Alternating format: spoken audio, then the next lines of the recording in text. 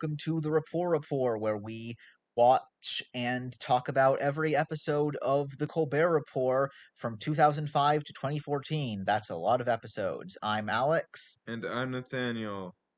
and let's get into the very first I episode. have never seen this.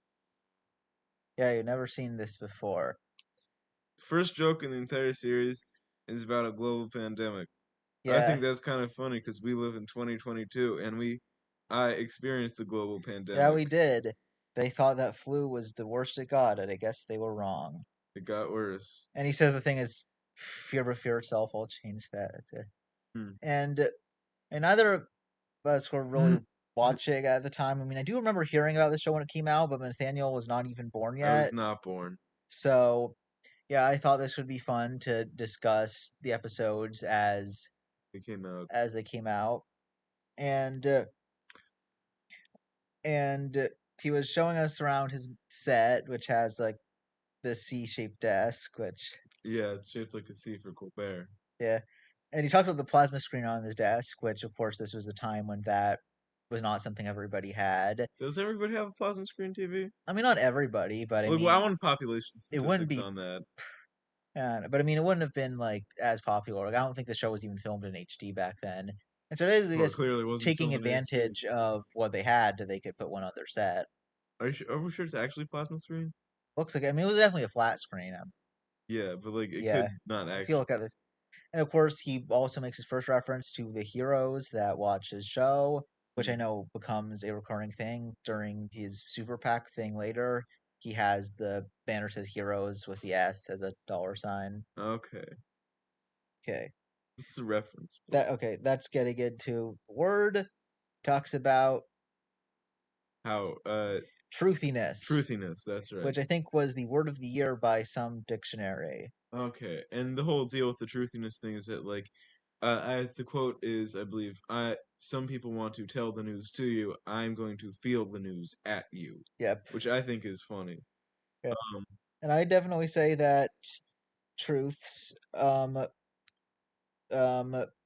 truthiness will is still an idea that's relevant. I mean, I know when the alternative facts thing was said, that's what everybody was thinking of. Thing is, I feel like I have to say the alternative facts thing. I felt like she was just saying he gave facts that were not the ones that he mentioned, but he just yeah. phrased it wrong. And so, like, the thing that spawned it was Harriet Myers, who I looked up. I knew that she was George Bush nominee for the Supreme Court, but um, that was, but she was working as as a lawyer or counsel for the Bush White House and had worked for George W. Bush before, but didn't have any federal judiciary experience, which I guess is why people thought Hmm. she was unqualified. And so I guess because George Bush said that he knew in his heart that he was He knew right, I which think it was he knew her heart, yeah. which is funny. A funny way to And of phrase it. course, Iraq is the obvious thing because people felt like that was just based on feelings rather Yeah. than facts. Feels right to take down Saddam. I mean, it's kind of funny thinking about the facts don't care about your feelings. Yeah, to me that's an interesting thing is it's obviously Colbert Report is like parodying conservative rhetoric, but to me it would almost feel like the conservative rhetoric has changed from Kind of, uh yeah, like being feeling based to fact or supposedly like yeah, fact and logic based would be the main selling point. yeah.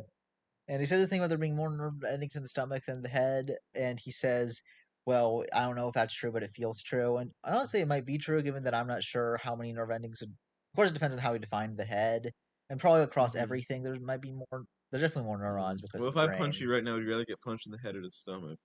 I don't know. Want to test? No. Okay. And we have Bobby, the stage manager, show up, who becomes a recurring character, but does not survive till the end for reasons I'm not going to spoil, I guess. Bobby get killed Yeah, I think he does get killed. by Colbert Yes, I think it is by Colbert. with a gun. I don't know if it's with a gun, but You know, I and feel like side tangent. I think guns are a funny weapon to kill people with. Like, I mean, like, I don't want to kill people with a gun, but I think like in terms of comic, I think guns are a funny thing to shoot. Like, it's a good joke, you know. okay, Doesn't yeah, detract from a it joke. can be. And Bobby is played by one of Colbert's writers, who did stick around till the end, so he could have showed up if he wanted to. You could have strangled him or something. Okay, and then that leads into the threat down, which Flu. which Avian flu. avian flu is the fourth. Wasn't there like the no, that was monkey. Wasn't there also a bird flu earlier this year? Probably. I, I don't. I think it was a big deal for a lot of aviaries around And the of country. course, he says it's a thing about cockfighting, and uses the term cockenthusiast, which I remember he used later, but I didn't realize it was something he made up in the Mm. first episode. Callbacks are important. Yeah, or maybe they're just the writers just like jokes and they reuse them because they don't. No, callbacks are important. Yeah, You can't get and the you can't and of understand the course plot this without being threat cock down is enthusiasts. odd because No bears. no bears. Although he does mention bear baiting in the list of sports, I wonder if that was intentional or not. Does that count?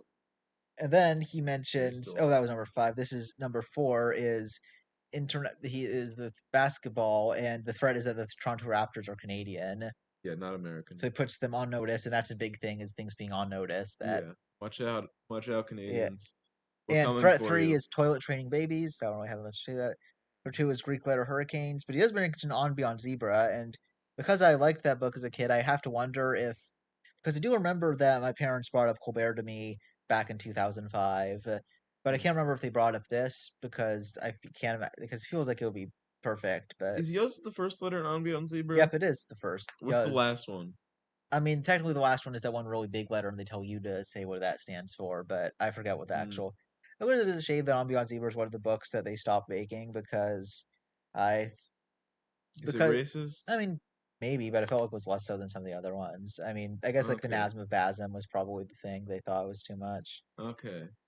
And threat one is James Brady protesting the Florida gun law, and I'm pretty sure that gun law it seems like is the stand your ground law, which became infamous in George Zimmerman shooting of Trayvon Martin a few years later. George So R. R. Martin shot no, somebody? he didn't. That's terrible. Um, and And I thought he only wrote almost he only tried to write Game of Thrones.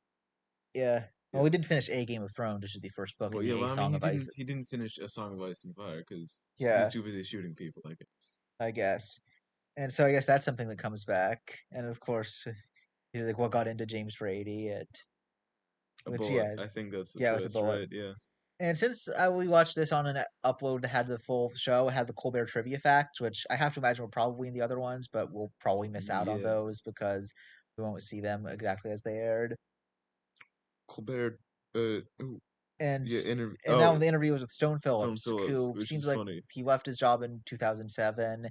and he did come back to be on the last episode, and he doesn't seem to have What's had that that one significant guy of a career in the afterwards. what's that one guy in the office like that kind of looks like Stone Phillips? I'm not sure. I Michael's think boss, David West, is it? I I haven't seen enough The Office. Okay. It seems like they said that he might have considered Stone Phillips an inspiration for the Colbert character, so that or for his reporter satire on the Daily Show, so that might have been why.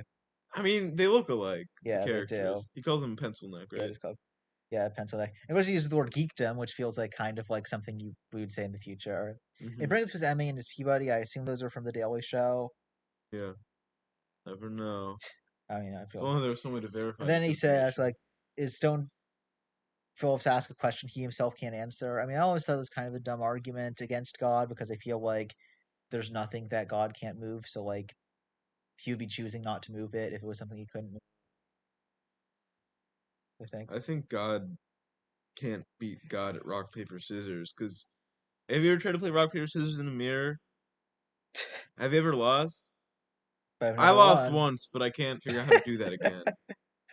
And then he like goes after Stephen Colbert. God? Stone Phillips goes Oh, Stone after. Phillips. No, Colbert goes after Stone Phillips for not wearing a tie. Mm. Which yeah, it is interesting. I I guess that he came wonder about if not wearing a tie. ties will ever become completely outmoded.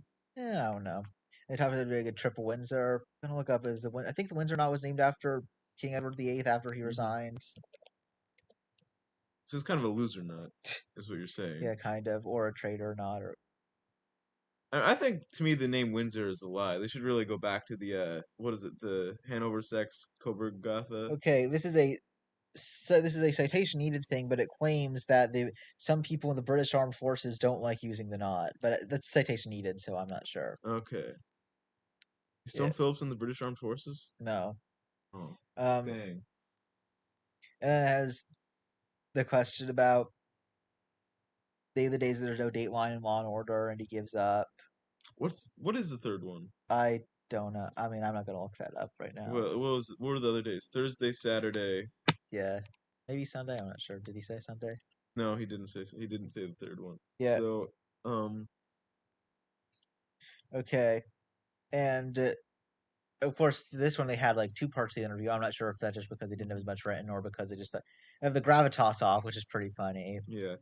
I know, like the pun Nathaniel came up with is "work your gravitas off." Well, I did come up with that. Yeah, I feel like that would have been funny, That would have and I been can funnier. definitely imagine them saying that. Yeah. Uh, I had something. Mother Teresa responded to these charges. I I mean, just thought it was funny, given the Hitchens criticized Mother Teresa and people did that afterwards. I'm not sure if they were aware of that or not, or she's fallen out of favor yeah, mostly. yeah, kind of. I mean, it seems like it's just that people. I mean, I feel like maybe people didn't know as much about it because it's funnier if it's Mother Teresa being Yeah. out. And of course, I think she was dead by this time too. So You wrote pre-clickbait. because I guess I thought it sounded like clickbait titles. Yeah. Is this before click? Has clickbait always been a I thing? mean, I'm sure there were some things. I mean, you could even just say provocative titles. Yeah. Um, and the last segment at the end, I don't think he continued really doing these that much, and it was fairly long in this one because he also showed off the painting. But it was Hmm. talking about how Peter Mayhew became an That's how Mayhew American is spelled. citizen. Yep, that's how did you think it was spelled? Like a Mahieu, which is another way to spell it. I think I that's. E. I think Oh, like French, Mayhew. yeah, which I think is how like the character Badger in Breaking Bad spells it. Gonna look up. Um, No, it's not. it's not okay. So I'm just making stuff up. Yeah. I apologize for Okay. making stuff up. So going into the first episode, Going into the first episode. what do you think about what do you think about the things to come? I mean, he's definitely got the formula. I mean, yeah, it's Yeah. funny. It's funny right away, which Uh, is amazing for yeah. a comedy show because being funny is hard, and it's hard to do And that I on the do first thought to try. talk about the word. I'm pretty sure that's based on how Bill O'Reilly had the segment where he would say things and there would be like little bullet points, a talking points memo, which Okay. also became the name of a liberal site that made fun of Fox News. The So word? no, talking points memo. Okay. Okay, so Points. this was our Memo. first episode. All right, now we're gonna move into the second episode. No, don't do that just yet. And that's the first episode.